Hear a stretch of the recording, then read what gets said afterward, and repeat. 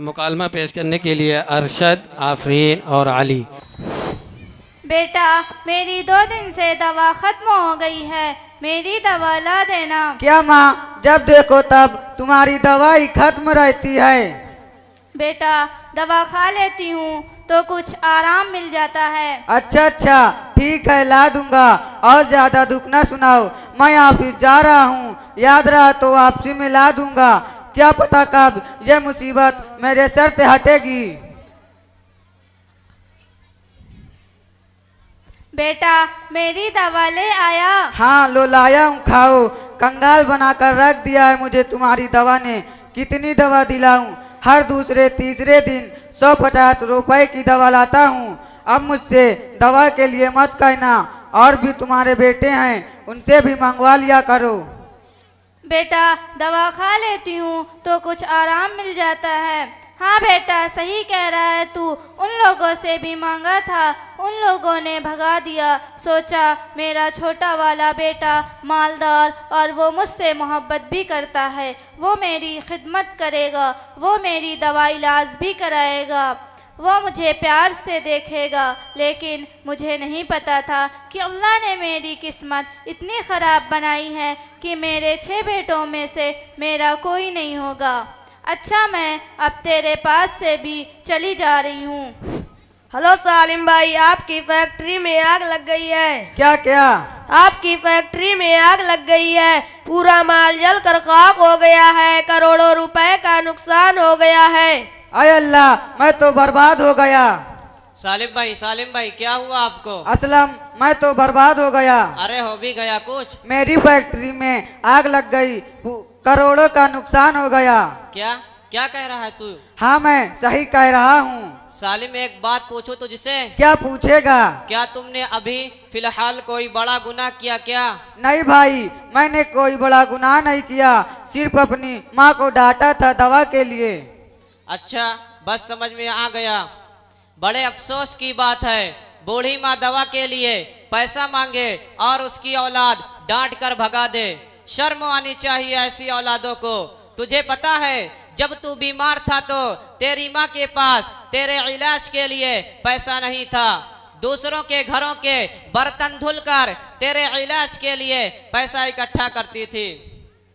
तुझे शायद यह भी नहीं मालूम होगा कि तू इतना पढ़ लिख कर इतना बड़ा आदमी कैसे बना। जब तू पढ़ता था तो तेरी फीस जमा करने के लिए तेरी माँ के पास पैसा नहीं था, मालदारों के घरों में झाड़ू देकर तेरी फीस के लिए पैसा इकट्ठा करती थी, जिसकी वजह से तू आज पढ़ लिख कर इतना बड़ा आदमी बन गया। तुझे मालूम है, बचपन में जब तू खाना खाने के लिए बैठता था तो तेरी माँ के पास इतना खाना नहीं होता था कि खुद भी खा ले और तुझे भी खिला दे, लेकिन खुद भूखी रहती और तेरा पेट भरती।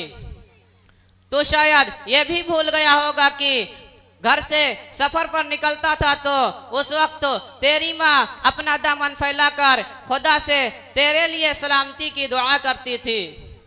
तो शायद ये भी भूल गया होगा कि जब तू घर से निकलता था बच्चों के साथ खेलने के लिए, घर आने में जरा सी देर हो जाती थी तो तेरी माँ पागलों की तरह तुझे ढूंढती थी, लेकिन तुझे देखकर सारा गम भूल जाती। एक मर्तबा तू अपनी माँ के साथ कहीं जा रहा था, अचानक तूने एक दुकान पर छोटी सी साइकिल देखी और जिद करने लगा कि अम्मा मैं ये साइकिल लूंगा। उस वक्त तेरी माँ के पास पैसा नहीं था, इसने अपने कानों की बाली बेचकर तेरी वो ख्वाहिश भी पूरी की। और सुन, खुद इसने अपने लिए कभी नया कपड़ा नहीं पहना, दूसरों का दिया हुआ पहना करती थी, लेकिन तेरे लिए नए कपड़ों का इंतजाम किया। सुन सालिम, और सुन, तेरी माँ के पैरों में हमेशा टूटी हुई चप्पलें हुआ करती थी, लेकिन तेरे लिए नए जूतों का इंतजाम कर देती। कभी इसने तुझे एहसास होने नहीं दिया कि मैं गरीब हूं, जिस चीज की तुझे जरूरत होती वक्त पर उसका इंतजाम कर देती। और सुन, आखिरी बात सुन, जब तूने अपना कारोबार शुरू करने का इरादा किया तो उस वक्त तेरे पास एक पैसा नहीं था, इस माँ को पता चला तो इसने अपना सारा जेवर बेचकर तेरे कारोबार के लिए पैसों का इंतजाम किया।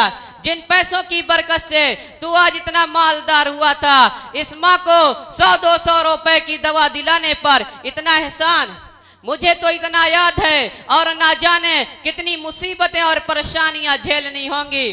तेरी माँ ने, ये एक माँ अपने बच्चे की कैसे परवरिश करती है, ये एक माँ ही जान सकती है। इस माँ की दुआ की वजह से तू इतना मालदार हुआ था, इस माँ का दिल दुखाने की वजह से तू बर्बाद हो गया।